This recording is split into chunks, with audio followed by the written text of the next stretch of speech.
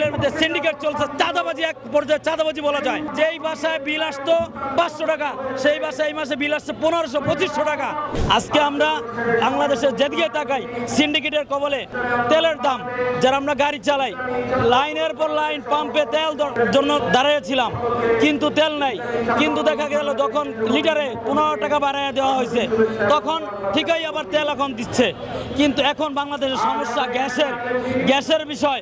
Gas বাংলাদেশের গাড়ি যারা ড্রাইভার আছেন, আমরা একজন আলোচক হিসেবে মানুষের কথা শুনি, বিভিন্ন স্থানে মাহফিল করি, যাই, যে তারা গাড়ি নিয়ে 10 ঘন্টা 5 ঘন্টা ক্যাম্পে দাঁড়ায় থাকতে হয় পাম্পে, যে ভাই গাড়ি চালাইতে পারতেছি না। তো যদি সকল কিছুর পণ্যের, আলুর দাম, পেঁয়াজের দাম, সকল কিছু দাম বৃদ্ধি, যদি একটা মানুষ রুজি করে না খাইতে পারে, তার ফ্যামিলি নিয়ে কীভাবে চলবে?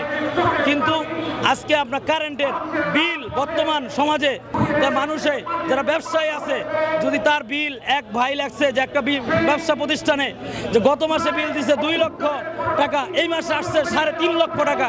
যদি একটা ব্যবসা প্রতিষ্ঠানের যদি 1.5 লক্ষ টাকা করে কারেন্ট বিল বৃদ্ধি আসে, তখন সে বাংলাদেশে ব্যবসা করবে না, সে বাংলাদেশের প্রতিষ্ঠান বন্ধ করে বাইরে চলে যাবে, বাইরে যে ব্যবসা করবে, বাংলাদেশ অর্থের দিক দিয়ে নিচু পর্যায়ে চলে যাবে। আপনারা দেখছেন কারেন্টের বিল, বিদ্যুৎ, গ্যাস, পণ্যের সকল জিনিসের দাম গত বছর তত্ত্বাবধায়ক সরকারকালে যে দাম ছিল, এই বছর ডাবল দাম হয়েছে। এই জন্য বলবো প্রধানমন্ত্রী জনাব তারেক রহমানকে যে আপনি সিন্ডিকেটের থেকে বাংলাদেশকে মুক্ত করুন, আপনি মানুষের আস্থাটা বোঝার চেষ্টা করুন।